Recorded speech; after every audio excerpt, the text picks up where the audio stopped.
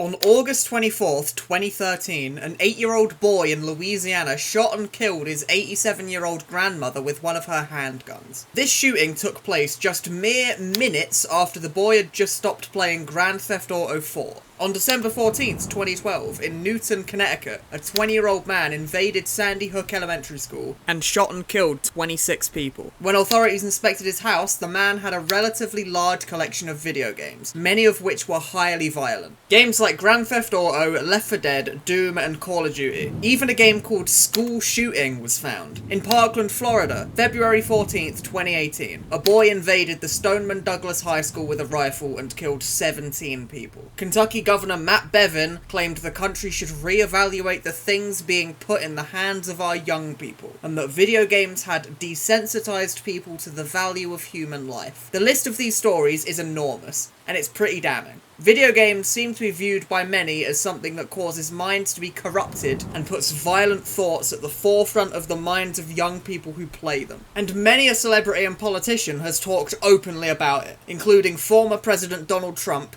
who in 2018 had this to say. We have to do something about maybe what they're seeing and how they're seeing it, and also video games. I'm hearing more and more people say the level of violence on video games is really shaping young people's thoughts.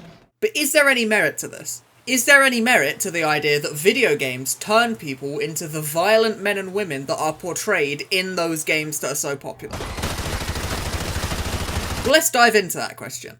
Because funnily enough, the answer that you'll get to this question, both socially and scientifically, depends entirely on when you ask the question. See, look at this. The American Psychological Association, in the year 2000, they determined that games such as Doom, Wolfenstein 3D, and Mortal Kombat could all increase people's levels of aggressive thoughts, both in a lab and in the real world. Apparently, young men who are habitually aggressive will be especially vulnerable to the effects of video games enhancing their levels of aggression. Keep this in mind, it will be important later. But asking the exact same question in 2020, for example, yields this result. Playing video games doesn't lead to violent behaviour at all. A study with a far greater sample size from people from all over the world concluded that there is no correlation whatsoever. Playing games does not necessarily make you violent. A study from 2019 sees no evidence to suggest that violence and video games could possibly be linked. The video game industry in the modern day is many times larger than it was back in the year 2000, which means there's more incentive on both sides of the argument for these studies to reach some sort of conclusion. But despite that,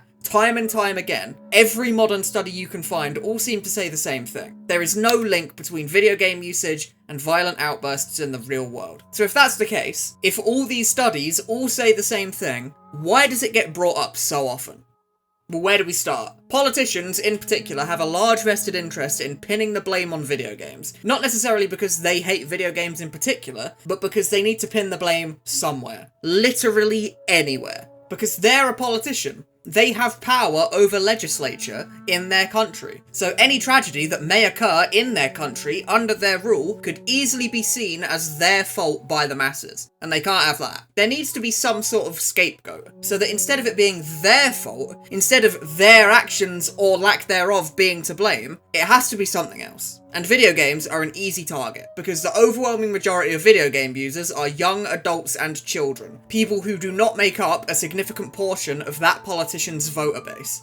The middle-aged and elderly voters, which do make up the vast majority of voters, do not care if you blame video games. Another reason that these links get drawn so often is because of the video game industry's sheer size. A young, middle-class male in Central America owning a video game is unbelievably common. It'd be more noteworthy if they didn't own any video games. So if some kid goes on some sort of tragic rampage, chances are they own a video game. Chances are the media and the politicians can spin that into a story about how video games cause violence very easily. And it only takes one game with a gun in it to be in the kid's possession for that to be all the media talks about. But the video game's relevancy to the crime is obviously very low. This kid was already jaded, lonely, and resentful of the world without the input of video games. Remember this line from earlier? This line is honestly hilarious. Of course someone who is already violent is more likely to react to the violent stimuli in a video game. But that's the point. That doesn't mean mean that video games cause this violence. They were already predisposed to it. And lastly, let's talk numbers, because I've mentioned the size of the video game industry a bunch in this video, but just to hit that point home, let me tell you this. Grand Theft Auto 5 sold 160 million copies worldwide. That's just under half the population of the entire United States. It is the second best-selling game of all time, losing out to Minecraft's 238 million sold. These numbers are absolutely enormous, and Grand Theft Auto is one of those franchises that is mentioned in these stories over and over again. But this number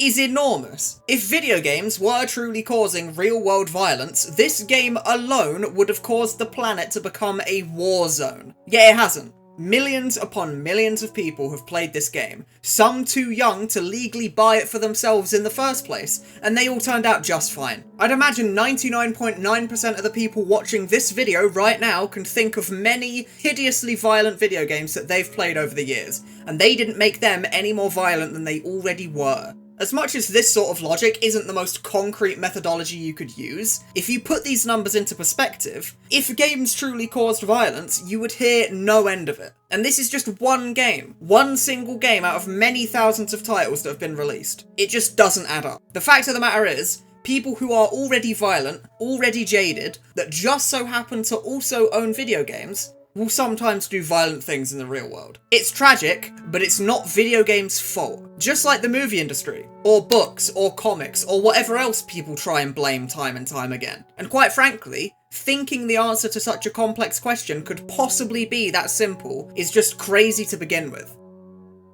Thanks for watching.